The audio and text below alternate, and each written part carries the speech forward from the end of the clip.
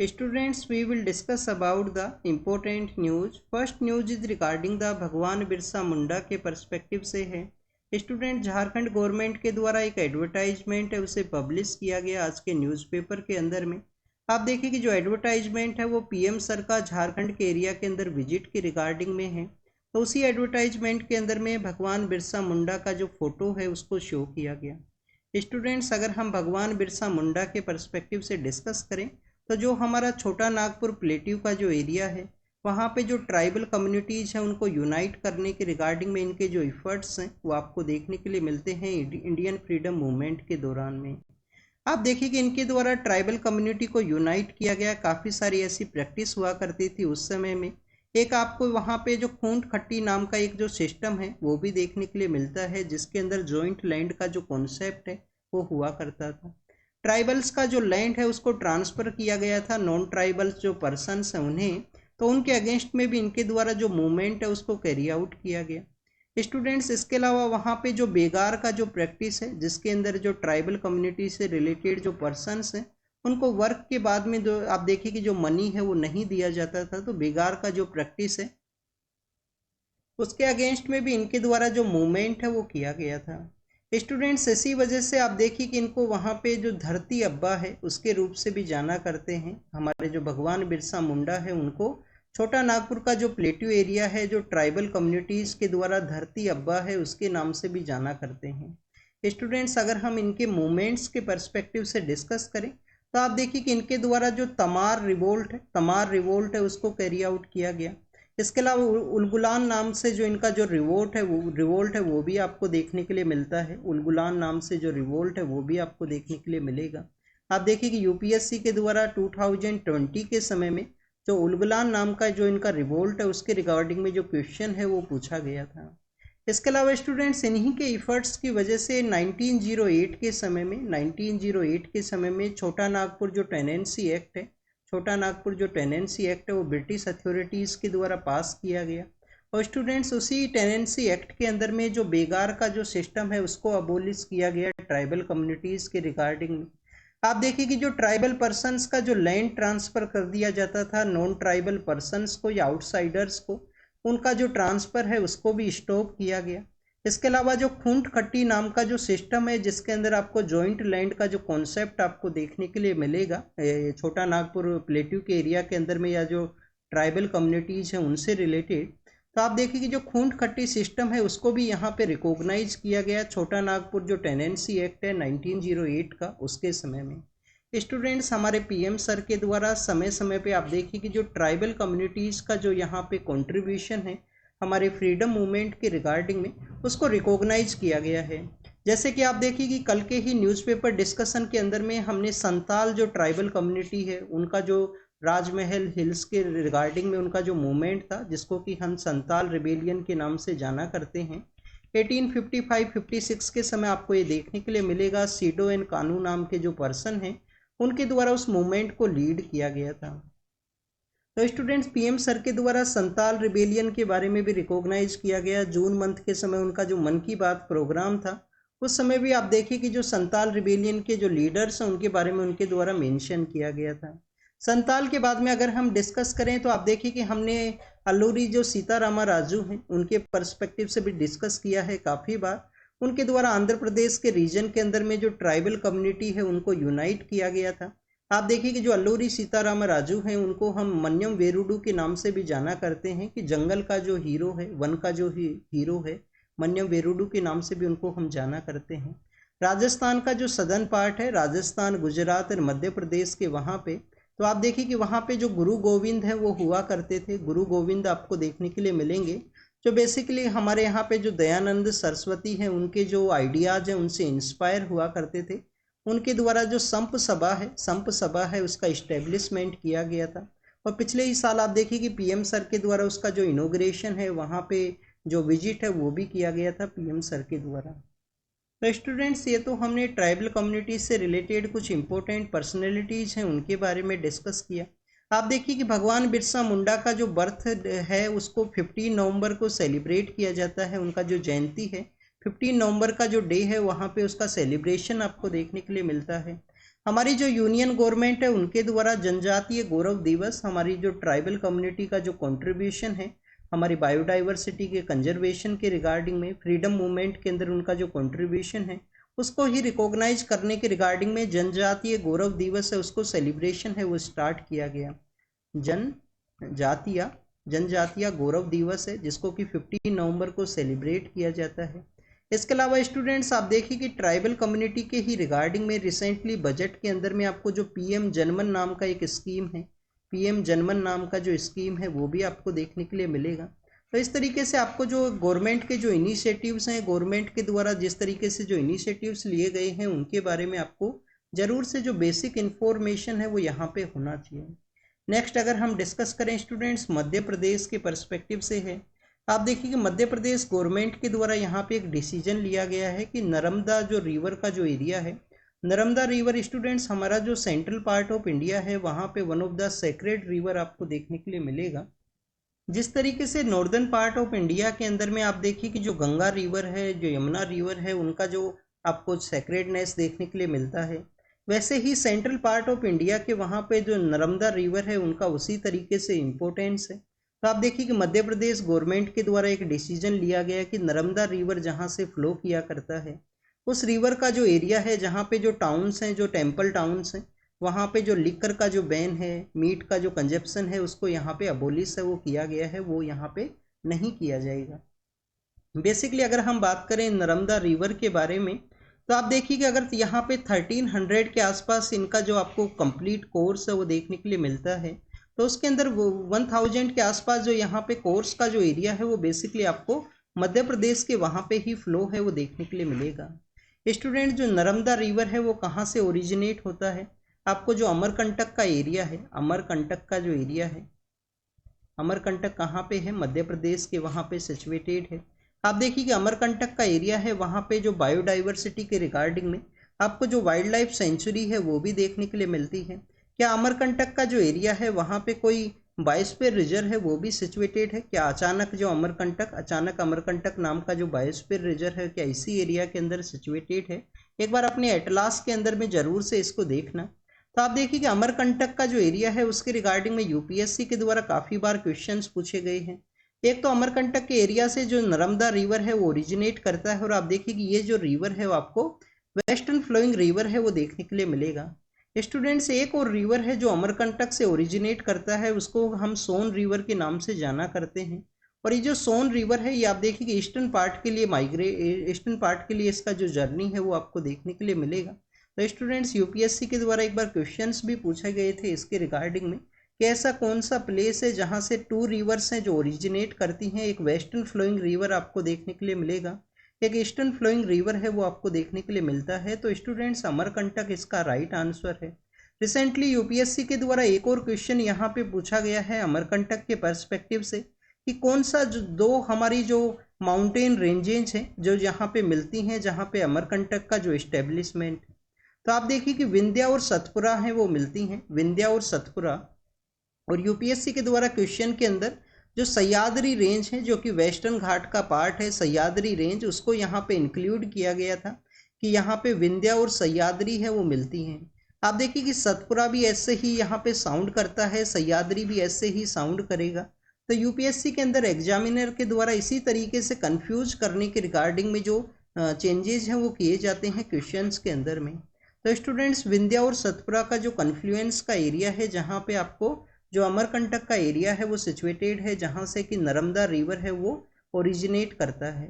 Students Narmada बचाओ आंदोलन के बारे में आपने रीड किया होगा। इंडिया के अंदर जो प्रोटेस्ट हैं जो हमारे यहाँ पे किस तरीके से जो पीपल्स को ऑर्गेनाइज किया गया, और आप देखिए कि उस समय वर्ल्ड बैंक के द्वारा जो ग्रांट यहाँ पे प्रोवाइड किया गया था उसको भी विड्रॉल कर लिया गया था। नर्मदा बचाओ आंदोलन जो कि आपको 1960s-70s के समय देखने के लिए मिलता है।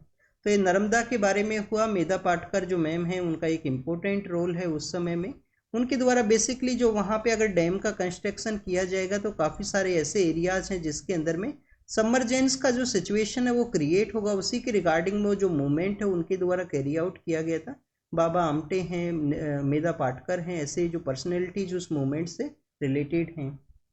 नेक्स्ट अगर हम डिस्कस करें तो स्टूडेंट जुडिशियल प्रोसेस के अंदर जो रीजनल लैंग्वेज है उनके यूज के पर्सपेक्टिव से है। आप देखिए कि 14 सितंबर का जो डे है उसको हिंदी दिवस के रूप से सेलिब्रेट किया जाता है। 14 सितंबर का जो डे है उसको हम हिंदी दिवस के रूप से सेलिब्रेट करते हैं। तो उसी समय आपको ये जो रीजनल लैंग्वेज का जो टॉपिक है वो काफ़ी हर साल आपको न्यूज़ के अंदर देखने के लिए मिलेगा 14 सितंबर के अराउंड में, कि हिंदी लैंग्वेज को यूज किया जाए, रीजनल लैंग्वेज है उसका यूज किया जाए हमारे जुडिशियल प्रोसेस के रिगार्डिंग में।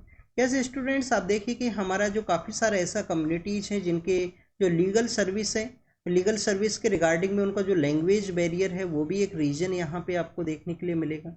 सभी जो पर्सनस हैं उनको जो इंग्लिश लैंग्वेज का यहाँ पे जो नॉलेज है वो नहीं है।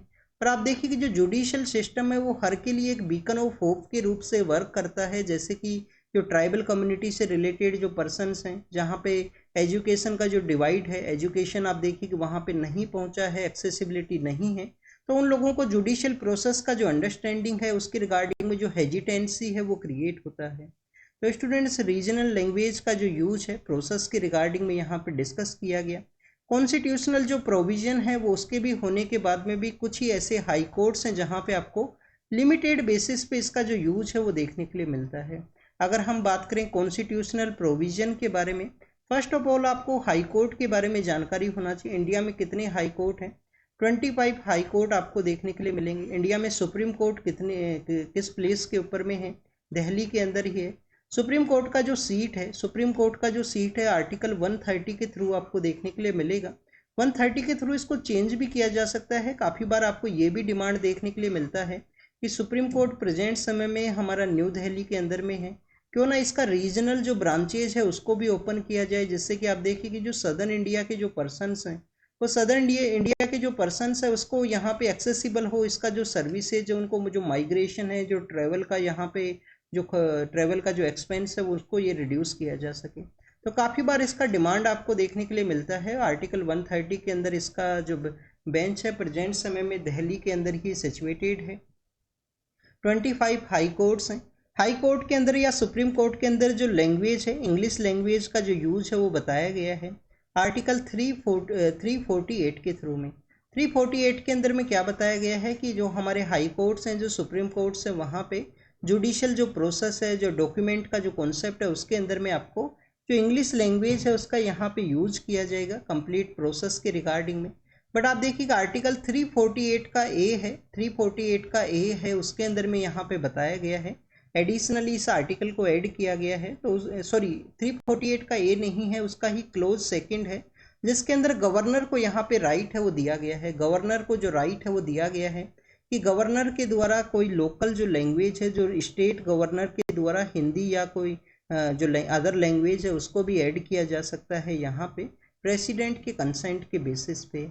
हमारे कुछ ऐसे भी स्टेट्स हैं जिसके अंदर राजस्थान है, मध्य प्रदेश है, उत्तर प्रदेश एंड बिहार है।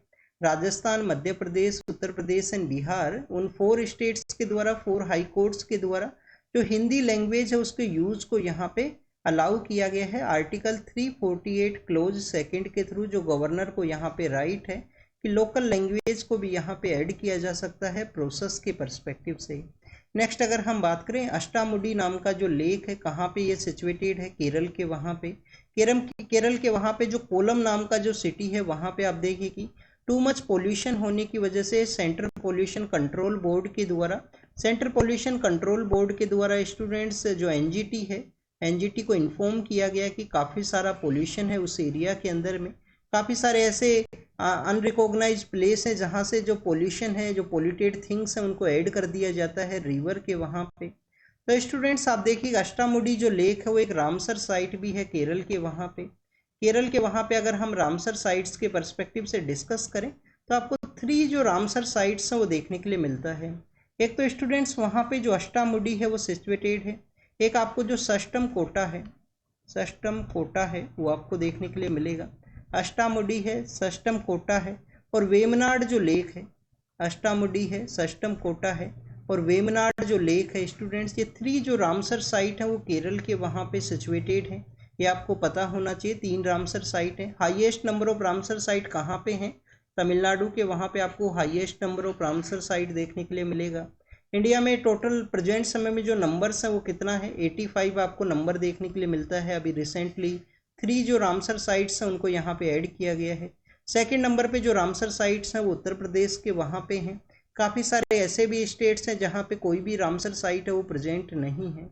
तो स्टूडेंट्स, ये रामसर साइट के बारे में हुआ। सेंट्रल पोल्यूशन कंट्रोल बोर्ड के बारे में अगर हम डिस्कस करें, 1981 का आप देखिए कि कौन सा एक्ट है। हमारा जो एक्ट है वो वाटर पोल्यूशन के प्रिवेंशन के रिगार्डिंग में है, कि वाटर पोल्यूशन है उसको किस तरीके से प्रिवेंट करना है, उसको प्रिवेंशन एंड कंट्रोल के रिगार्डिंग में जो एक्ट है उसके थ्रू इसको सेटअप किया गया था।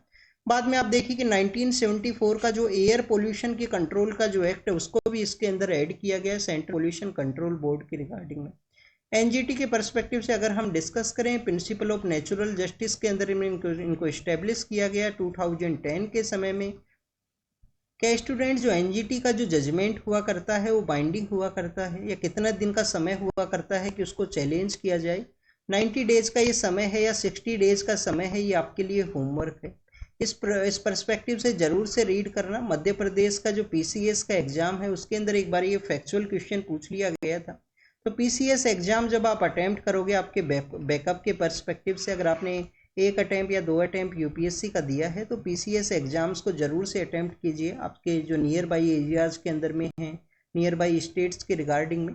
और वहाँ पे फैक्चुअल क्वेश्चन है वो पूछे जाते हैं, जो हमने आर्टिकल 348 के बारे में डिस्कस किया, जो हमने, अगर हम यहाँ पे बात करें डेज के बारे में, कि कितने दिन के अंदर में एनजीटी का जो जजमेंट है उसको आप चैलेंज कर सकते हो कोर्ट के अंदर में, क्या इसका जजमेंट बाइंडिंग तो नहीं है। ये आपको जो बेसिक प्रोसेस है वो पता होना चाहिए। ओणम नाम का जो फेस्टिवल है कहाँ पे सेलिब्रेट किया जाता है? केरल के वहाँ पे उसका सेलिब्रेशन हुआ करता है, तो उसी का एक सेरेमनी है उसके बारे में है। आप देखिए कि एलिफेंट का यहाँ पे यूज़ किया गया। कुछ दिन पहले हमने दशहरा के पर्सपेक्टिव से मैसूर के वहाँ पे एक डिफरेंट दशहरा है उसको सेलिब्रेट किया जाता है। नॉर्दर्न पार्ट ऑफ इंडिया के अंदर जो दशहरा है वो किस तरीके से सेलिब्रेट होता है? विजयदशमी के रूप से, कि बुराई के ऊपर अच्छाई का जो जीत है उसके रूप से सेलिब्रेट किया जाएगा। वहाँ पे आप देखिए कि जो गोडेस जो दुर्गा हैं उनका जो महिषासुर के साथ में जो बैटल है उसके रिगार्डिंग में सेलिब्रेशन हुआ करता है मैसूर के वहाँ पे। तो स्टूडेंट्स, मैसूर का जो दशहरा है उसके अंदर भी एलिफेंट के बारे में हमने डिस्कस किया था। अब आप देखिए कि केरल के यहाँ पे जो ओणम का जो फेस्टिवल है उसके अंदर भी एलिफेंट का इस सेरेमनी के अंदर फोटो के अंदर दिखाया गया है। मीन्स सदर्न इंडिया के काफ़ी सारे ऐसे आपको जो ट्रेडिशनल जो कल्चरल प्रैक्टिस है जिसके अंदर वाइल्ड लाइफ है उसके साथ में इंगेजमेंट है वो आपको देखने के लिए मिलेगा। तो स्टूडेंट्स, आप देखिए कि सदर्न इंडिया से ही रिलेटेड हमारे यहाँ पे एक डॉक्यूमेंट्री है जो एलिफेंट के रिगार्डिंग में है, जिसको कि जो ऑस्कर का जो अवार्ड है वो दिया गया था। तो अगर हम उस डॉक्यूमेंट्री के बारे में डिस्कस करें तो आप देखिए उस जो डॉक्यूमेंट्री है उसका नेम है वह एलिफेंट विस्पर। एलिफेंट विस्पर उस डॉक्यूमेंट्री का नाम है जिसके अंदर 2 कपल्स हैं उनके द्वारा जो एलिफेंट है उनको प्रोटेक्ट किया गया, उनको कंजर्व करने के रिगार्डिंग में उनका जो एफर्ट्स है उसको शो किया गया है। स्टूडेंट्स, अभी हमने झारखंड के पर्सपेक्टिव से डिस्कस किया। आप देखिए कि जो लास्ट ईयर या इसी साल जो ऑस्कर का जो डॉक्यूमेंट्री है वो इंडिया का ही एक झारखंड से रिलेटेड जो यहाँ पे एक चाइल्ड है उसका जो रेप है उसके रिगार्डिंग में है, कि उनका फिर फैमिली के द्वारा किस तरीके से उनको प्रोटेक्ट किया जाता है, फैमिली के द्वारा किस तरीके से जो जुडिशियल प्रोसेस है उसके अंदर में जो वर्क है उसको कैरी आउट किया जाएगा। तो आप देखिए उसके रिगार्डिंग में एक डॉक्यूमेंट्री है टू किल ए टाइगर, जिसको रिसेंटली जो ऑस्कर का जो अवार्ड है वो डॉक्यूमेंट्री के रिगार्डिंग में इंडियन ने इस डॉक्यूमेंट्री को दिया गया था। नेक्स्ट अगर हम बात करें, ऑयल का जो इम्पोर्ट ड्यूटी है उसको लगाया गया है। हमारे जो लोकल फार्मर्स हैं उनको बेनिफिट करने के रिगार्डिंग में ऑयल का जो इम्पोर्ट ड्यूटी है उसको यहाँ पे लगाया गया गवर्नमेंट के द्वारा। तो बेसिकली आप देखिए कि 0 to 20% ये हमारे ऑयल सीड जो फार्मर हैं, सोयाबीन के जो फार्मर हैं, ग्रीन ग्राम के जो फार्मर्स हैं उनको ये हेल्प करेगा और हमारा जो डोमेस्टिक लेवल के ऊपर ऑयल प्रोडक्शन है उसको बूस्ट करेगा, जिससे कि हमारा जो मिशन है ऑयल जो प्रोडक्शन है, ऑयल जो सीड्स हैं उनके बूस्ट के रिगार्डिंग में।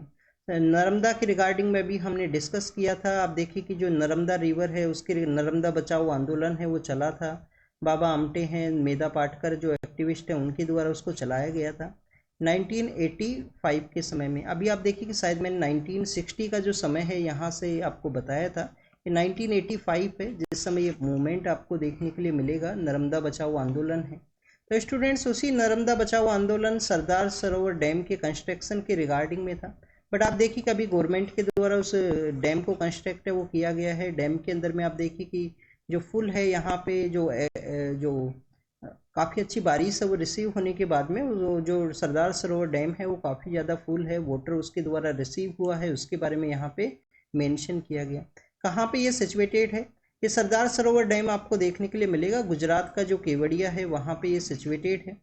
और कौन कौन से स्टेट्स हैं जिसको इसके थ्रू वाटर है वो रिसीव होगा? आप देखिए कि ड्रिंकिंग वाटर है महाराष्ट्र को, मध्य प्रदेश को, गुजरात को और राजस्थान को भी यहाँ पे जो ड्रिंकिंग वाटर है वो अवेलेबल रहेगा सरदार सरोवर डैम के रिगार्डिंग में। तो ये सरदार सरोवर डैम के बारे में था। नर्मदा रिवर के ऊपर वो सिचुएटेड है, वेस्टर्न फ्लोइंग रिवर है। नर्मदा कहाँ से ओरिजिनेट करता है? अमरकंटक के वहाँ से। और अमरकंटक के वहाँ पे कौन कौन सी दो जो माउंटेन रेंज है जिनका कन्फ्लुएंस आपको देखने के लिए मिलता है? एक तो माउंटेन रेंज है विंध्या, एक माउंटेन रेंज है स्टूडेंट सतपुरा। विंध्या है और सतपुरा है जिसका आपको कन्फ्लुएंस है वो देखने के लिए मिलेगा। सह्याद्री नहीं है जो यूपीएससी के द्वारा पूछा गया था। स्टूडेंट्स हमारा जो नेशनल लोक अदालत है उसको ऑर्गेनाइज किया गया। नेशनल लोक अदालत के अंदर आप देखिए कि 1 करोड़ के आसपास जो केसेज हैं उनको यहाँ पे सेटल किया गया है। अब ये लोक अदालत का जो कॉन्सेप्ट है वो क्या है? गांधीयन प्रिंसिपल है क्या? अगर आप कोर्ट, ये गांधीयन प्रिंसिपल के अलावा आप देखिए कि रूरल एरिया के अंदर में आपको ये जो कॉन्सेप्ट है वो देखने के लिए मिलता है। स्टिल आपको देखने के लिए मिलेगा कि अगर आप यहाँ पे जुडिशियल प्रोसेस के अंदर इन्वॉल्व रहोगे तो आपका टाइम भी जाएगा, आपका जो पैसा है वो भी खराब रहेगा। तो स्टूडेंट जो एडीआर का जो प्रोसेस है आप देखिए कि जो यहाँ पे जो एडीआर का जो प्रोसेस है कि यहाँ पे जो डिस्प्यूट है उसको सेटल किया जा सके, जो पेंडेंसी है उसको रिड्यूस किया जा सके, जो लोकल लेवल के जो डिस्प्यूट्स हैं उनके रिजोल्व के रिगार्डिंग में ये आपको लोक अदालत का जो कॉन्सेप्ट है वो देखने के लिए मिलता है। तो स्टूडेंट्स लोक अदालत फर्स्ट टाइम आपको 1982 के समय में, जो 1982 है उस समय गुजरात के वहाँ पे इसको इस्टेब्लिश किया गया था। 1982 के समय में गुजरात के वहाँ पे जो लोक अदालत है उसको सेटअप किया गया। फिर आप देखिए कि उसका जो सक्सेस है उसको देखते हुए कि जो पेंडेंसी ऑफ केसेस को भी रिड्यूस किया गया, सेटलमेंट को भी यहाँ पे किया गया, कंसिलिएशन है उसको भी सेटअप किया गया यहाँ पे 2 पार्टीज़ के बीच में। तो आप देखिए कि जो गुजरात के वहाँ पे इसका जो सफलता है उसको देखते हुए 1987 के समय में हमारे यहाँ पे जो लीगल सर्विस अथॉरिटी है, नेशनल लीगल सर्विस अथॉरिटी, जिसको कि हम नालसा के नाम से भी जाना करते हैं, तो नालसा को क्रिएट किया गया 1987 के समय में। और उसके बाद में कंटिन्यूस आपको जो लोक अदालत से उनको ऑर्गेनाइज किया जा सके। आप देखिए कि 1 करोड़ जो केसेज हैं उनको यहाँ पे सेटल किया गया है, पेंडेंसी को रिड्यूस किया गया जुडिशियल प्रोसेस के रिगार्डिंग में। अब अगर हम बात करें लोक अदालत के बारे में तो क्या किसके द्वारा इसको हेड किया जाता है? एक जुडिशियल ऑफिशियल हुआ करते हैं, वो इसके चेयरमैन आपको देखने के लिए मिलेंगे। सोशल एक्टिविस्ट हैं वो भी इसके पार्ट हुआ करते हैं। इसके अलावा आप देखिए कि जो एडवोकेट हैं वो भी इसके पार्ट हुआ करते हैं लोक अदालत के। लोक अदालत का बेसिक पर्पज यही है कि 2 पार्टीज़ के अंदर जो सुलह है वो किया जाए, जल्दी से जल्दी जो सेटलमेंट है उसको यहाँ पे किया जा सके, जिससे कि जो पेंडेंसी को रिड्यूस किया जा सके, उनका जो टाइम है उसको भी रिड्यूस किया जाए, जो 2 पार्टीज इंगेज हैं किसी भी एक जुडिशियल प्रोसेस के रिगार्डिंग में।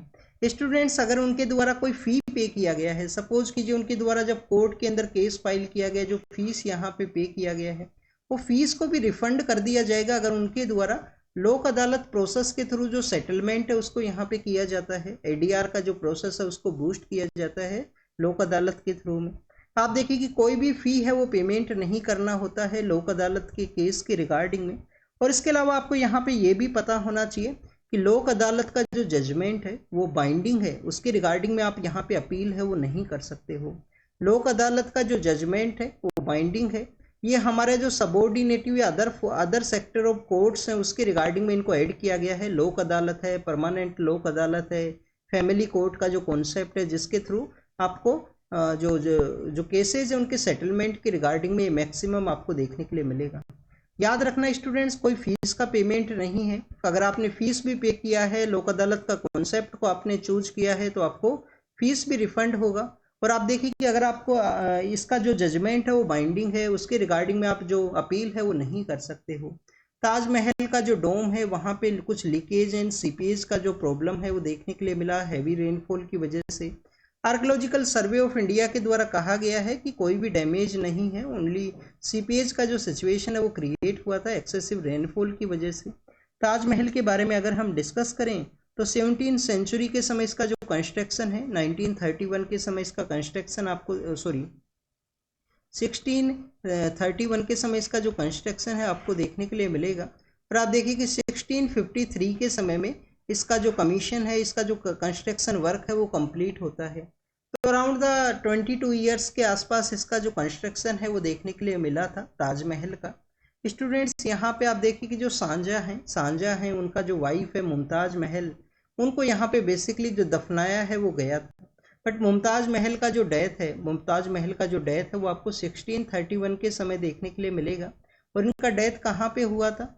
मध्य प्रदेश में जो इंदौर है, इंदौर के पास में आप देखिए कि जगह है बुरहानपुर के वहाँ पे इनका जो टेम्परेरी जो उनको वहाँ पे जो दफनाया गया था। बाद में आप देखिए कि ताजमहल के वहाँ पे उनका जो कब्र है वो आपको देखने के लिए मिलेगा। सांझा का भी वहीं पे ही सिचुएटेड है। यमुना जो रिवर है उसके ऊपर ये सिचुएटेड है, यमुना के वहाँ पे ये सिचुएटेड है। बाद में आप देखिए कि सांझा के बाद में जो औरंगजेब हैं वो पावर के अंदर में आते हैं 1658 के समय में।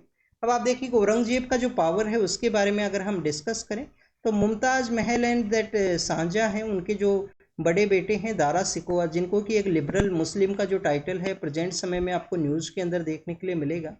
आप देखिए कि दारा सिकोहा को यहाँ पे जो नेक्स्ट प्रिंस है वो घोषित किया गया था कि उन्हीं के द्वारा पावर है उसको टेक ओवर किया जाएगा। दारा सिकोहा के द्वारा काफ़ी सारी जो किताबें हैं उनको भी यहाँ पे आप देखिए कि ट्रांसलेट किया गया था पर्सियन के अंदर में। काफ़ी सारी जो बुक्स है उनका ट्रांसलेशन आपको देखने के लिए मिलता है। आप देखिए कि दारा सिकोहा के जो रूल है, दारा सिकोहा का जो समय है उसी समय में आपको फ्रैंकोइस बर्नियर हैं जो ट्रेवलर हैं वो देखने के लिए मिलेंगे।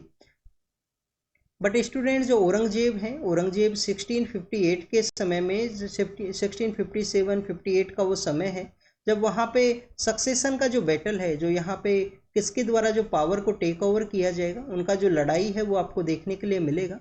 औरंगजेब के द्वारा अपने कुछ ब्रोदर्स हैं उनको असेसिनेट किया जाता है। आप देखिए कि मुराद उनके एक ब्रोदर हुआ करते हैं। दारा सिकोहा का जो असेसिनेशन है वो भी आपको देखने के लिए मिलेगा कि असेसिनेशन काफ़ी ज़्यादा क्रूअल वे में किया गया था दिल्ली के एरिया के अंदर में। वहाँ पे दारा सिकोहा का जो असेसिनेशन है तो ये दारा सिकोहा के बारे में था। उसके बाद में औरंगजेब के द्वारा 1658 के समय पावर को टेक ओवर किया जाता है और उन्हीं का जो रूल है 1707 तक आपको जो उनका रूल है वो देखने के लिए मिलता है। स्टूडेंट्स अगर ग्लेशियर आप देखिए कि ग्लेशियर्स का जो मेल्टिंग है उसके बाद में यहाँ पे एक स्टडी के अंदर बताया गया है कि ग्लेशियर्स का जब मेल्टिंग प्रोसेस कंप्लीट होगा तो उसके बाद में जो यहाँ पे जो क्लाइमेट चेंज है वो लिटिल बिट स्लो डाउन है वो हो सकता है, उसके बारे में डिस्कशन है। एग्जाम के पर्पज से ज़्यादा कुछ इंपॉर्टेंट नहीं है, क्वेश्चन यहाँ से नहीं पूछे जाएंगे। इस टॉपिक को हमने क्यों ऐड किया है? स्टूडेंट्स आपको अल्बेडो के बारे में पता होना चाहिए। अल्बेडो बेसिकली क्या है? अल्बेडो है ये बेसिकली क्या है? किसी भी ऑब्जेक्ट है उसका जो रिफ्लेक्टिंग पावर है उसको अल्बेडो का जो यहाँ पे एक जो नंबर्स हैं वो दिए जाते हैं। तो स्टूडेंट्स आपको जो आइस का जो अल्बेडो है वो आपको काफ़ी अधिक देखने के लिए मिलता है, स्नो आइस का जो अल्बेडो है। इसी वजह से आप देख रहे हैं कि काफ़ी बार आइस के एरिया के अंदर जब पर्सनस वहाँ पे जाते हैं तो उनके द्वारा जो गोगल्स हैं, जो सन ग्लासेस हैं, उनको लगाया जाता है, वो इसी के अंदर हेल्प करता है स्टूडेंट्स। अदरवाइज यहाँ पे आइस का जो अल्बेडो है वो इतना हाई है कि यहाँ पे जो आइज हैं वो डैमेज हो सकती हैं इसके रिफ्लेक्टिंग जो पावर है उसके रिगार्डिंग में। आइस का जो अल्बेडो है वो आपको 1 है वो देखने के लिए मिलेगा। कुछ अदर सोर्सेज का जो अल्बेडो है उसके बारे में आप रीड करना। अगर आपको नहीं पता है इनके बारे में तो एनसीईआरटी का जो बुक है उसके अंदर विजिट कीजिए। एनसीईआरटी के बुक के अंदर में एक टेबल के अंदर बताया गया है 11th या 12th का जो एनसीईआरटी है ज्योग्राफी का उसके अंदर में। नेक्स्ट आप देखिए कि जब भी हम यहाँ पे इम्यूनाइजेशन के बारे में डिस्कस करते हैं, इम्यूनाइजेशन बेसिकली जो हमारा वैक्सीनेशन का जो प्रोसेस है, कुछ ऐसी दवा हैं, कुछ ऐसी जो यहाँ पे डिजीज हैं उनकी रिगार्डिंग में 1978 के समय जो इम्यूनाइजेशन है उसको स्टार्ट किया गया था। यूनिवर्सल जो इम्यूनाइजेशन प्रोग्राम है ये भी आपको देखने के लिए मिलेगा। तो स्टूडेंट्स इसी इम्यूनाइजेशन का जो यहाँ पे इफर्ट्स हैं उसकी वजह से आप देखिए कि जो स्मॉल पॉक्स है उसकी इरेडिकेशन के रिगार्डिंग में आपको जो इफर्ट्स हैं वो देखने के लिए मिलते हैं कि उसके जो केसेज हैं उसको इरेडिकेट किया गया। अभी आप देखिए कि एमपॉक्स के केसेस सामने आए थे, WHO के द्वारा पब्लिक हेल्थ इमरजेंसी के रूप से उसको डिक्लेयर किया गया।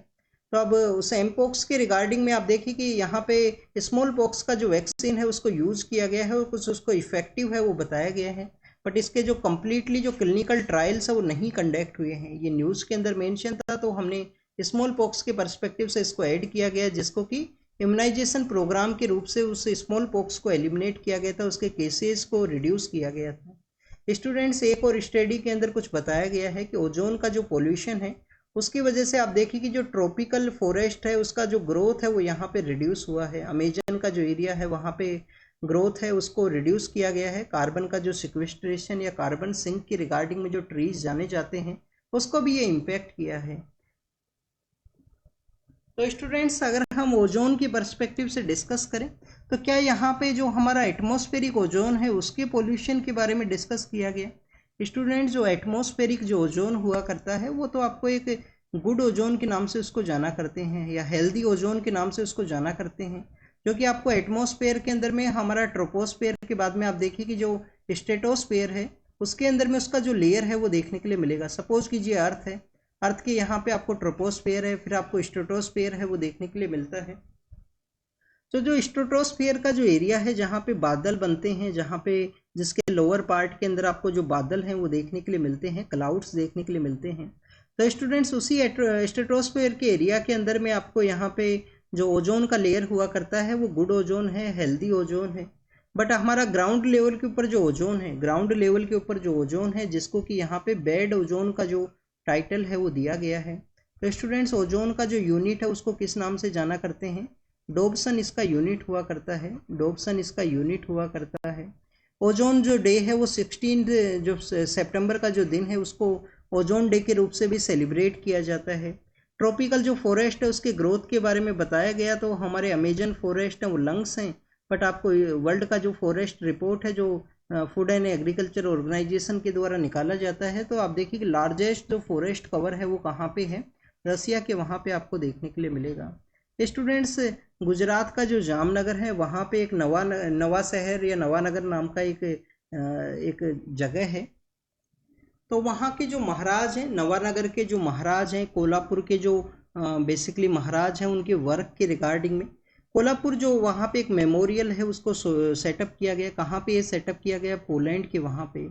अब आप देखिए कि अभी रिसेंटली हमारे पीएम सर पहले पोलैंड की विजिट के लिए गए थे, फिर यूक्रेन के वहाँ पे विजिट के लिए गए। तो यहाँ पे डिस्कस ये किया गया है कि हमारे यहाँ पे जो अतिथि देवो भव है, वासुदेव कुटुंबकम का जो कॉन्सेप्ट है कि हमेशा किसी ना किसी जो कम्युनिटी है वो डिफ़िकल्ट सिचुएशन के अंदर में है, तो उनको जो सपोर्ट है वो इंडिया के द्वारा प्रोवाइड किया जाता है। एंशिएंट समय से ये प्रैक्टिस आपको देखने के लिए मिलेगा। तो आप देखिए कि वर्ल्ड वॉर सेकेंड के समय में पोलैंड के एरिया से रिलेटेड काफ़ी सारे जो पर्सनस हैं वो विजिट किए थे इंडिया के अंदर में। कोल्हापुर के जो महाराज हैं उनके द्वारा उनका जो मेमोरियल है उसको सेटअप किया गया पोलैंड के वहाँ पे। इसके अलावा आप देखिए कि यहाँ पे आपको जामनगर के अंदर भी जो नवानगर है, नवानगर है, वहाँ के जो महाराज हैं, जडेजा रूलर्स हुआ करते थे वहाँ पे, उनके द्वारा उनका भी जो मेमोरियल है वो सिचुएटेड है, जहाँ पे पीएम सर के द्वारा पोलैंड के अंदर विजिट किया गया। नेक्स्ट अगर हम डिस्कस करें स्टूडेंट्स, आप देखिए कि काफ़ी बार हम जो यहूदी हैं, जो इजराइल के वहाँ पे जिनका तो जूइश पर्सन्स हैं, उनके द्वारा भी आप देखिए कि होलोकास्ट के समय इंडिया के अंदर माइग्रेट किया गया था। काफ़ी आपको उनका भी जो माइग्रेशन है अलग अलग पार्ट्स के अंदर उनका प्रेजेंस भी आपको देखने के लिए मिलता है। नेक्स्ट अगर हम बात करें पोएम्स के रिगार्डिंग में, यहाँ पे मेंशन किया गया है। एग्जाम के पर्पज़ से ज़्यादा कुछ इम्पोर्टेंट नहीं है, बट कुछ ऐसे पॉइंट्स हैं जिनको हम यहाँ पे डिस्कस करेंगे जो आपके काफ़ी बार एग्जाम से रिलेटेड आपको देखने के लिए मिलते हैं। जैसे कि आप देखिए कि यहाँ पे 20 यूनिसेफ के द्वारा 21 मार्च का जो डे है, 21 मार्च का जो डे है उसको पोइट्री डे के रूप से सेलिब्रेट किया जाता है। 21 मार्च का जो डे है उसको पोइट्री डे के रूप से सेलिब्रेट किया जाता है। स्टूडेंट्स, इसी तरीके से आप देखिए कि 21 फरवरी का जो डे है उसको भी यहाँ पे जो इंटरनेशनल मदर लैंग्वेज डे के रूप से सेलिब्रेट किया जाता है, और ये टॉपिक यूपीएससी के द्वारा पूछा भी गया था। इंटरनेशनल जो मदर लैंग्वेज डे है उसके रिगार्डिंग में जो टॉपिक है वो यूपीएससी के द्वारा पूछा गया था। पोइट्री डे है वो 21 मार्च के द्वारा और यूनिसेफ के द्वारा उसका सेलिब्रेशन हुआ करता है। यूनिसेफ को रिप्लेस कर दिया जाएगा यूनेस्को से, और आपसे यहाँ पे जो क्वेश्चन है वो पूछ लिया जाएगा। तो आपको ये पता होना चाहिए कि जो यूनिसेफ है उनके द्वारा इसको बेसिकली सेलिब्रेशन किया जाता है। अगर हम बात करें यहाँ पे पोइट्री के बारे में, तो आप देखिए कि हमारा जो नेशनल एंथम है जन गण मन, वो भी बेसिकली रविंद्रनाथ टैगोर साहब के द्वारा उसको एज ए पोइट्री के रूप से, कविता के रूप से ही लिखा गया था। नेक्स्ट अगर हम बात करें स्टूडेंट्स, यहाँ पे कुछ हमारी ऐसी भी लैंग्वेज हैं जो यूनेस्को के द्वारा बताई जाती हैं कि वो लैंग्वेज एंडेंजर्ड कैटेगरी के अंदर में है, कि लैंग्वेज का जो बोलने वाले जो पर्सनस हैं वो यहाँ पे डिक्लाइन हुए हैं। अब आप देखिए कि अगर आप अपना जो फैमिली के पर्सपेक्टिव से ही एनालाइज कीजिए, अगर आपका जो 4 जनरेशन पहले जो लोग हुआ करते थे, अगर कोई डिफरेंट प्लेस के अंदर वो रहा करते थे, किसी रूरल एरिया से रिलेटेड अगर वो हैं, तो वहाँ पे जो लोकल लैंग्वेज जो बोला जाता था वो डिफरेंट हुआ करता होगा। उसके बाद में जो सेकंड जनरेशन है, उसके बाद में जो नेक्स्ट जनरेशन है, आपके जो ग्रैंड पेरेंट्स हैं, उनका जो लैंग्वेज है आप देखिए कि उनका डिफरेंट आपको देखने के लिए मिलेगा, लिटिल बिट उनका डायलेक्ट है। फिर आप देखिए कि उनका कुछ अगर उन्होंने एजुकेशन के रिगार्डिंग में उनका वर्क आपको देखने के लिए मिलेगा, तो आप उनका जो हिंदी और इंग्लिश लैंग्वेज के साथ में इन्फ्लुएंस यहाँ पे ऐड होता है। फिर आपके जो पेरेंट्स हैं, पेरेंट्स का जो लैंग्वेज है वो डिफरेंट रहेगा और आपका जो लैंग्वेज है वो कम्प्लीटली डिफरेंट है। तो स्टूडेंट्स इस तरीके से जो माइग्रेशन की वजह से, प्रोफेशन की वजह से जो लैंग्वेज है उसके जो बोलने वाले जो पर्सनस है वो यहाँ पे डिक्लाइन करते हैं। तो यूनेस्को के द्वारा जो एंडेंजर्ड लैंग्वेज है उसका एक डाटा है वो दिया गया है। इंडिया के अंदर टोटल 42 लैंग्वेज है उनको बताया गया है वो एंडेंजर्ड कैटेगरी के अंदर में है, उनको काफ़ी कम लोग हैं वो बोलते हैं। अगर हम इन लैंग्वेज के बारे में डिस्कस करें तो ग्रेट अंडमानीज एक लैंग्वेज है जो अंडमान के एरिया के अंदर अंडमानी कम्युनिटी के द्वारा बोला जाता होगा। तिबेटियन बेल्टी नाम का एक लैंग्वेज है, तिबेटियन बेल्टी है। असुर लैंग्वेज है जो आपको काफ़ी बार, असुर लैंग्वेज है ये आपको काफ़ी बार न्यूज़ के अंदर देखने के लिए मिलता है। कहाँ पे है ये? झारखंड के वहाँ पे ट्राइबल कम्युनिटीज़ के द्वारा इसको बोला करते हैं, असुर लैंग्वेज है। अब इसके बोलने वाले जो पर्सनस है वो कम हुए हैं। इसके अलावा स्टूडेंट्स यहाँ पे लैंग्वेज का जो एंडेंजर्ड लैंग्वेज है उनके प्रोटेक्शन की रिगार्डिंग में मैसूर के वहाँ पे एक इंस्टीट्यूशन है वो भी सिचुएटेड है। The society for protection and preservation of endangered language का जो सोसाइटी है वो मैसूर के वहाँ पे उसको इस्टेब्लिश किया गया है। हमारे काफ़ी सारे ऐसे साइंटिस्ट हैं, काफ़ी सारे ऐसे वर्कर्स हैं, ऐसे पर्सनस हैं, आप देखिए कि उनके द्वारा जो पोएम्स हैं, जो पोइट्री है उसको यूज़ किया जाता है अपने रिलैक्सेशन के पर्पज़ से। एस.एन. बोस हैं, एक साइंटिस्ट है, उनका नेम यहाँ पे मेंशन किया गया। सलीम अली हैं जिनको कि बर्ड मैन ऑफ इंडिया का जो टाइटल है वो आपको देखने के लिए मिलेगा।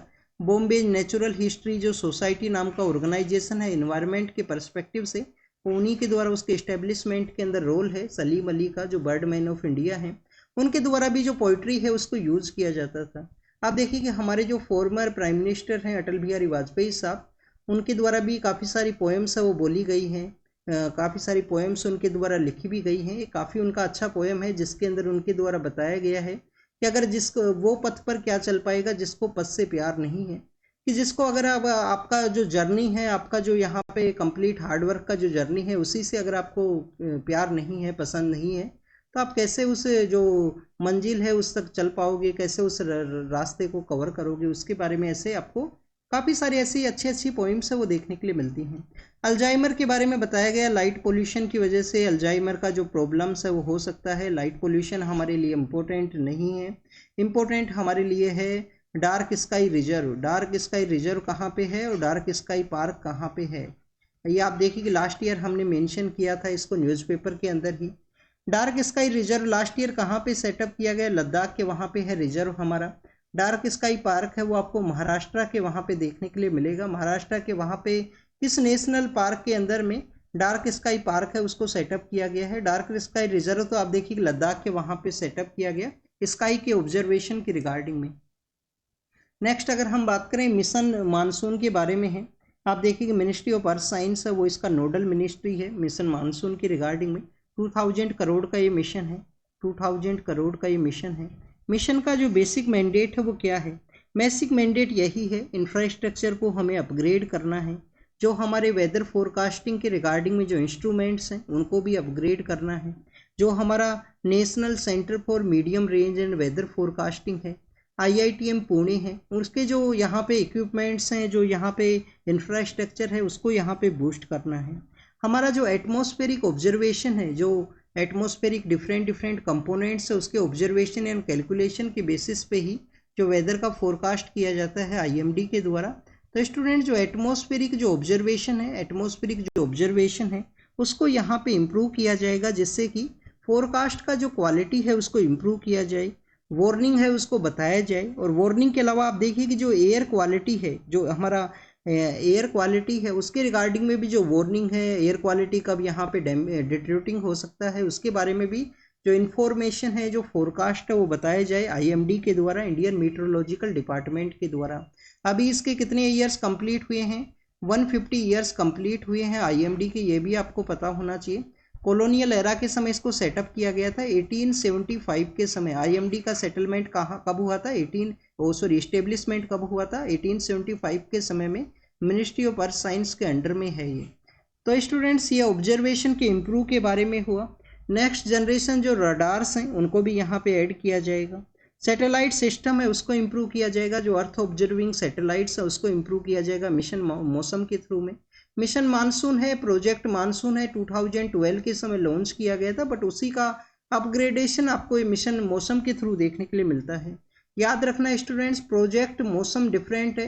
प्रोजेक्ट मौसम क्या है? हमारे जो वेस्टर्न एरिया के अंदर में जो एंशियंट ट्रेड रूट हैं, आप देखिए कि मानसून के थ्रू, मानसून का जो ट्रेड विंड्स हैं इस तरीके से फ्लो करती हैं। तो अरेबियन जो एरिया से जो लोग हैं, जो ट्रेडर्स हैं, वो माइग्रेट किया करते थे इंडिया के अंदर में।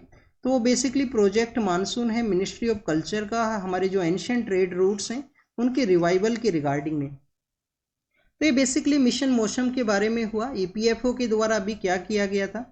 हमारे जो प्रोविडेंट फंड के जो पेंशनर्स हैं, वो आप देखिए कि आपको यहाँ पे प्रेजेंट समय में जो संख्या है वो 78 लाख के आसपास देखने के लिए मिलेगा। इनको काफ़ी सारी प्रॉब्लम्स हुआ करती थी, पेंशनर जो पर्सन है 95 के अकॉर्डिंग में। तो आप देखिए कि इनका जो पेंशन पेमेंट ऑर्डर है, 3-4 ऐसी बैंक की ब्रांचेज हैं वहाँ पे ईपीएफओ से वो रिलेटेड हैं। तो उनको बेसिकली आप देखिए कि उनका जो लास्ट जॉब है वो किसी एरिया के अंदर है, बाद में अपने फैमिली के लिए वो माइग्रेट करते हैं। तो स्टूडेंट्स, उस समय में उनका जो बैंक अकाउंट के रिगार्डिंग में या कुछ सिलेक्टेड बैंक के अंदर ही जो पेंशन रिसीव होने की वजह से उनको जो प्रॉब्लम्स यहाँ पे पेंशन के विड्रॉल के रिगार्डिंग में देखने के लिए मिलता था, उसी को इम्प्रूव किया गया है। हमारा जो सेंट्रलाइज जो पेंशन पेमेंट सिस्टम है उसके रिगार्डिंग में कहा गया है। आधार एनेबल जो पेमेंट सिस्टम है उसको ऐड किया जाएगा। यहाँ पे आप देखिए कि कोई वेरिफिकेशन का ज़रूरत नहीं है, उन डिफरेंट टॉपिक्स के बारे में डिस्कस किया गया। तो एक इनिशिएटिव के रूप से आपको पता होना चाहिए कि गवर्नमेंट के द्वारा इस तरीके से चेंज किया गया है। एलजीबीटी अगर हम कपल्स के बारे में डिस्कस करें तो आप देखिए कि एलजीबीटी जो होमोसेक्सुअल जो कपल्स हैं, सेम सेक्स, आप देखिए कि जो मैरिज है उसका आपको ऑफिशियल जो रिकॉग्निशन है स्पेशल मैरिज एक्ट के अंदर में, जो स्पेशल मैरिज एक्ट है उसके अंदर में उनका जो रिकॉग्निशन है वो आपको नहीं देखने के लिए मिलेगा। लास्ट ईयर कोर्ट के द्वारा स्पेशल मैरिज एक्ट है उसको डिनाई कर दिया गया था।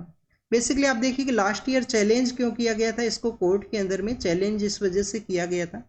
आप देखिए कि यहाँ पे जो सेम सेक्स कपल्स हैं उनके द्वारा बेसिकली किसी भी यहाँ पे इंश्योरेंस के रिगार्डिंग में अपने पार्टनर है उसको एज ए जॉइंट अकाउंट है, बैंकिंग का जो जॉइंट अकाउंट है वो उनके द्वारा ओपन नहीं किया जा सकता, पार्टनर को नॉमिनेट नहीं कर सकते हैं।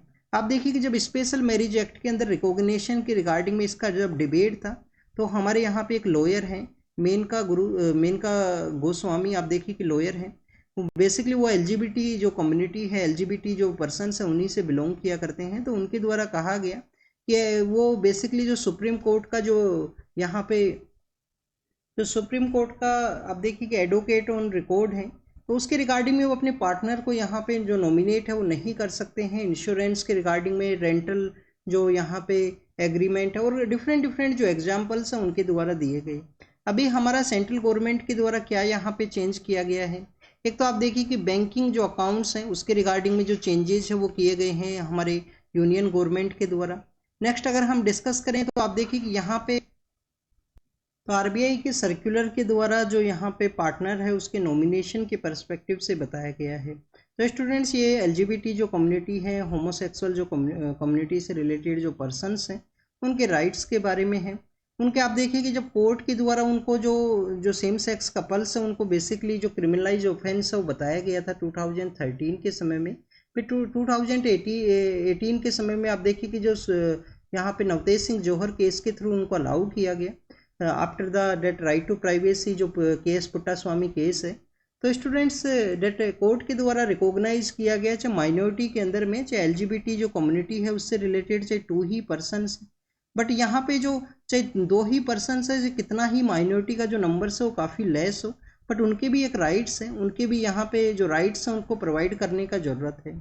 नेक्स्ट अगर हम डिस्कस करें वर्ल्ड पेज के पर्सपेक्टिव से है तो आप देखिए कि गाजा स्ट्रिप के रिगार्डिंग में वहाँ पे एक ही फैमिली मेम्बर्स हैं, उनके काफ़ी सारे लोग हैं, उनका डेथ हुआ है। इजराइल का जो एयर स्ट्राइक है उसके रिगार्डिंग में कंटिन्यूस न्यूज़ के अंदर है। गाजा स्ट्रिप, उसका जो लोकेशन तो आपने काफ़ी बार रीड किया होगा, ज़रूर से देखिए। कल आपसे क्वेश्चन पूछा गया था United nation relief and work agency के बारे में, उसके रिगार्डिंग में आप लोगों ने आंसर है वो नहीं किया। तो रिलीफ एंड वर्क एजेंसी है, उसका जो डोमेन एरिया है वो कहाँ कहाँ पे है? क्या गाजा स्ट्रिप के अंदर भी है, वेस्ट बैंक के वहाँ पे भी है, जॉर्डन, सीरिया, क्या जो सनाई पेनिनसुला है जो इजिप्ट है वहाँ पे भी इनका जो वर्क आपको देखने के लिए मिलेगा? तो इसके बारे में ज़रूर से देखना। हेडक्वार्टर कहाँ है? अम्मान जो जगह है जॉर्डन के, वहाँ पे हेडक्वार्टर है। पाकिस्तान के जो यहाँ पे स्पेशल रिप्रेजेंटेटिव थे अफगानिस्तान के रिगार्डिंग में, उनको वापस से बुलाया गया है। आप देखिए कि पाकिस्तान और अफगानिस्तान के रिगार्डिंग में जो कन्फ्लिक्ट है वो देखने के लिए मिला है, जो रिलेशंस है वो अच्छे फेज के अंदर नहीं है स्टूडेंट्स। उसके बिहाइंड में काफ़ी सारे ऐसे रीजन्स हैं। पाकिस्तान के अंदर भी आप देखिए कि पाकिस्तान के अंदर भी तालिबान का एक विंग है वो देखने के लिए मिलता है। उनका भी डिमांड इसी तरीके से है कि हम 10 to 20 ईयर्स का अगर कंटिन्यू रजिस्ट करेंगे तो एक दिन हो सकता है कि हमारे द्वारा भी यहाँ पे पाकिस्तान को कैप्चर कर लिया जाए। नेक्स्ट अगर आप देखिए कि म्यांमार के पर्सपेक्टिव से है, पाकिस्तान को कैप्चर कर लिया जाए, डेट मीन्स कि यहाँ पे पावर का जो कैप्चर है वहाँ पे आप देखिए कि जो तालिबान के द्वारा इसी तरीके से किया गया, यूएस के द्वारा कंटिन्यूस रेजिस्ट किया गया 9/11 के बाद में, वहाँ पे डेमोक्रेसी का भी इस्टेब्लिशमेंट किया गया, जो वहाँ पे इलेक्शन प्रोसेस भी आपको देखने के लिए मिलता है। बट आप देखिए कि जो गवर्नमेंट वहाँ पे सेटअप किया गया था उसका कंप्लीट जो अफगानिस्तान है उसके ऊपर में जो डोमेन है वो नहीं था, कंप्लीट अफगानिस्तान के ऊपर उनका जो गवर्नेंस है वो नहीं देखने के लिए मिलेगा, क्योंकि काफ़ी कुछ ऐसा एरियाज हैं जहाँ पे तालिबान का ही जो रूल है वो हुआ करता था। अब तालिबान वहाँ पे पावर के अंदर में आए हैं, तो जो पाकिस्तान के अंदर भी जो कुछ इंसर्जेंट हैं, जिसमें टीएलपी नाम का एक ग्रुप है, तहरीक लब्बैक पाकिस्तान, इस तरीके से काफ़ी सारे ग्रुप हैं, तो उनका डिमांड इसी तरीके का जो डिमांड है, इसी तरीके का जो एक्टिविटी है वो आपको देखने के लिए मिलेगा। तो उन सबको काउंटर करने के रिगार्डिंग में अफगानिस्तान और पाकिस्तान का जो कन्फ्लिक्ट है। नेक्स्ट म्यांमार के पर्सपेक्टिव से है। म्यांमार के वहाँ पे आप देखिए कि एक्सेसिव रेनफॉल की वजह से फ्लड का सिचुएशन क्रिएट हुआ, असिस्टेंस है वो मांगा गया है म्यांमार के द्वारा अदर कंट्रीज से। वहाँ पे 2021 के समय जो मिलिट्री का रूल है वहाँ पे जिसको कि जनता के नाम से जाना करते हैं। नेक्स्ट आप देखिए कि ऑस्ट्रेलिया के बारे में है। ऑस्ट्रेलियन पीएम के द्वारा एक जो एलन मस्क है उनका बेसिकली जो कुछ स्टेटमेंट है उसके रिगार्डिंग में कुछ कहा गया है। तो नेक्स्ट अगर हम बात करें ऑस्ट्रेलिया के बारे में, जब भी हम रीड करते हैं ग्रेट बैरियर रीफ के बारे में आप रीड कर लेना ज्योग्राफी के पर्सपेक्टिव से, ग्रेट बैरियर रीफ कहाँ पे सिचुएटेड है। नेक्स्ट आप देखिए कि यूक्रेन रसिया के द्वारा एक विलेज है उसको कैप्चर किया गया, विलेज को किया गया, डिस्ट्रिक्ट को किया गया, टाउन को किया गया, रीजन्स को किया गया। रसिया के द्वारा काफ़ी कुछ कैप्चर कर लिया गया है यूक्रेन के वहाँ पे। यूनाइटेड अरब अमीरात के द्वारा एक डील किया गया है कि जो प्रिजनर्स ऑफ वॉर हैं, वॉर के समय जिन लोगों को पकड़ लिया जाता है उनका यहाँ पे स्वैपिंग किया गया है 206 के आसपास जो पर्सनस हैं। नेक्स्ट आप देखिए कि मालदीव का जो फाइनेंशियल प्रॉब्लम्स हैं, मालदीव का जो इंडस्ट्री है किसके ऊपर डिपेंड है? कंप्लीटली जो मालदीव का जो इंडस्ट्री है वो डिपेंड है टूरिज्म के रिगार्डिंग में। टूरिज्म एक इम्पोर्टेंट वहाँ पे है। एनर्जी सेक्टर भी आप देखिए कि एक इम्पोर्टेंट एरिया है वहाँ पे, उसका इकोनॉमी के पर्सपेक्टिव से इंडिया के साथ में रिलेशंस बेकार हुए हैं, डिक्लाइन हुए हैं। इंडियन पीएम सर के द्वारा जो लक्षद्वीप के अंदर विजिट किया गया था म्यांमार के द्वारा, आप देखिए कि वहाँ पे तो उसके अगेंस्ट में जो स्टेटमेंट्स हैं वो दिए गए, उसके बाद में एक जो कंटिन्यूस जो आप देखेंगे इंडिया म्यांमार के जो रिलेशंस का बैड फेज है वो देखने के लिए मिला। और इंडियन जो टूरिस्ट हैं वो कंटिन्यूस डिक्लाइन हुए हैं मालदीव के वहाँ पे विजिट के रिगार्डिंग में। और आप देखिए कि टूरिज्म ही एक इम्पोर्टेंट वहाँ पे इकोनॉमी का सेक्टर है मालदीव का। उसके अंदर जब डिक्लाइन हुआ, चाइनीज़ जो टूरिस्ट है उनका भी नंबर्स डिक्लाइन हुआ है मालदीव के वहाँ पे। तो नंबर्स डिक्लाइन होने की वजह से टूरिज्म के इम्पैक्ट होने की रिगार्डिंग में इकोनॉमिक जो एक बैड फेज का जो सिचुएशन है वो क्रिएट हुआ है। नेक्स्ट अगर हम डिस्कस करें स्टूडेंट यूथ के पर्सपेक्टिव से है, आप देखिए कि हमारे यहाँ पे जो इम्पोर्टेंट है ये हमारा कैश क्रॉप के रिगार्डिंग में जूट का जो प्रोडक्शन है वो आपको हमारा जो ईस्टर्न पार्ट ऑफ इंडिया है, ईस्टर्न पार्ट के अंदर में आप देखिए कि जो वेस्ट बंगाल है, वेस्ट बंगाल के अलावा आसाम है, आसाम के अलावा स्टूडेंट्स बिहार है। तो इन एरियाज़ के अंदर में कुछ आंध्र प्रदेश तेलंगाना के भी कुछ एरियाज़ हैं, कुछ एरिया आपको सदर्न पार्ट के अंदर में जो तमिलनाडु है वहाँ के भी आपको कुछ एरिया देखने के लिए मिलेंगे। मेजर जो स्टेट हैं जूट की रिगार्डिंग में वो आपको वेस्ट बंगाल है, आसाम है और बिहार है। स्टूडेंट्स कैश क्रॉप है, कॉटन के बाद में आप देखिए कि सेकंड आपको जो कैश क्रॉप है वो जूट का जो क्रॉप है वो देखने के लिए मिलता है। और स्टूडेंट्स इसको गोल्डन फाइबर के नाम से भी जाना करते हैं। किसके नाम से जाना करते हैं? गोल्डन फाइबर के रिगार्डिंग में। प्रेजेंट समय में इसका डिमांड क्यों है? आप देखिए कि प्लास्टिक का जो टू मच यूज होने की वजह से बायोडिग्रेडेबल है। जूट का जो बेसिकली जो प्रोडक्ट है, जिससे जो यहाँ पे जो बोरी जो बनाए जाते हैं, आप देखिए काफ़ी बार आपने ग्रेन्स के रिगार्डिंग में बेसिकली इसका जो पैकेजिंग बैग्स हैं वो देखे होंगे, जिसको कि बोरी का जो नाम है वो दिया जाता है लोकल लैंग्वेज के अंदर में। तो स्टूडेंट्स जो यहाँ पे पैकेजिंग जो यहाँ पे जो बैग्स हैं वो बनाए जाते हैं वो बायोडिग्रेडेबल है। प्लास्टिक जो है उसको बीट करने के रिगार्डिंग में इम्पोर्टेंट है।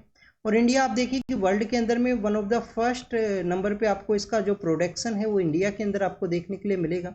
सेकंड बांग्लादेश के वहाँ पे है, थर्ड चाइना के वहाँ पे है। तो स्टूडेंट्स इंडिया के अंदर में फर्स्ट नंबर के ऊपर है, पर इंडिया का जो डोमेस्टिक कंजप्शन है वो काफ़ी अधिक है। डोमेस्टिक कंजप्शन काफ़ी अधिक होने की वजह से इंटरनेशनल जो एक्सपोर्ट है या जो ट्रेड है उसके अंदर बांग्लादेश का जो नंबर है वो आपको अधिक देखने के लिए मिलेगा इंडिया से ज़्यादा, जूट का जो यहाँ पे प्रोडक्ट्स हैं उसके रिगार्डिंग में।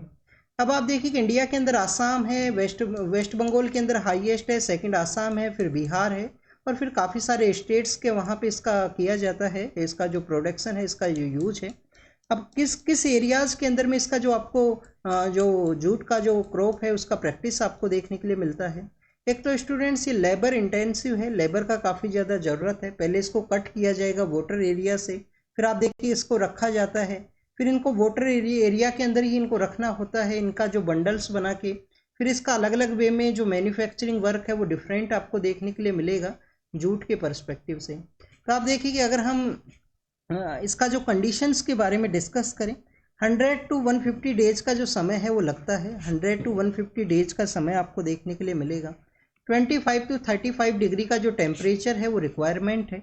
और एल्यूवियल सोइल है वो भी यहाँ पे एक रिक्वायरमेंट है। इंडिया के जो पैकेजिंग के रिगार्डिंग में जो यहाँ पे एक्ट है, इंडिया का जो पैकेजिंग के रिगार्डिंग में जो एक्ट है, तो हमारे ग्रेन्स के जितने भी ग्रेन्स के जो 100% पैकेजिंग के अंदर जो जूट है उसी को ही यहाँ पे यूज किया जाएगा। शुगर के रिगार्डिंग में जो शुगर के अंदर चीनी हुआ करता है, चीनी का जो बेसिकली जो बोरी बोला करते हैं हमारे यहाँ पे लोकल लैंग्वेज के अंदर में, तो आप देखिए कि वहाँ पे भी जो 20% जो पैकेजिंग प्रोडक्ट्स हैं, 20 एटलीस्ट मिनिमम 20% जो पैकेज है वो जूट का ही प्रोडक्ट है, उसके थ्रू उसको किया जाए। अब अगर हम यहाँ पे स्टूडेंट्स डिस्कस करें कि क्या सभी प्रोडक्ट्स के रिगार्डिंग में स्टूडेंट्स इसको यूज़ किया जा सकता है, बट आप देखिए कि जो हमारा फर्टिलाइज़र है, जैसे कि यूरिया फर्टिलाइज़र है, जो नाइट्रेट के पर्सपेक्टिव से यूरिया को जो यूज़ किया जाता है, तो स्टूडेंट्स जो हमारा यूरिया जो फर्टिलाइज़र है उसके अंदर जूट का जो प्रोडक्ट है या जूट का जो बैग है उसको यूज नहीं किया जा सकता है। क्यों नहीं यूज किया जाएगा? क्योंकि आप देखिए कि उसको जो नमी है वो नहीं चाहिए, एयर का जो प्रेजेंस है वो नहीं चाहिए यूरिया को, नहीं फिर वहाँ पे उसका जो बेसिकली आप देखिए उसका जो डिसअपीयरेंस है वो आपको देखने के लिए मिलता है। तो इस तरीके से वहाँ पे जो प्लास्टिक बैग्स हैं उनको ही यूज किया जाएगा, बट जैसे कि शुगर है, जैसे कि हमारे ग्रेन्स हैं, उसके रिगार्डिंग में हमारा जो पैकेजिंग जो परसेंटेज है जो गवर्नमेंट के द्वारा आपको देखने के लिए मिलता है। तो स्टूडेंट्स ये बेसिकली गोल्डन फाइबर है उसके बारे में हमने डिस्कस किया। द हिंदू का जो संडे का न्यूज़पेपर है उसके अंदर लास्ट पेज के ऊपर इस फोटो को शो किया गया था।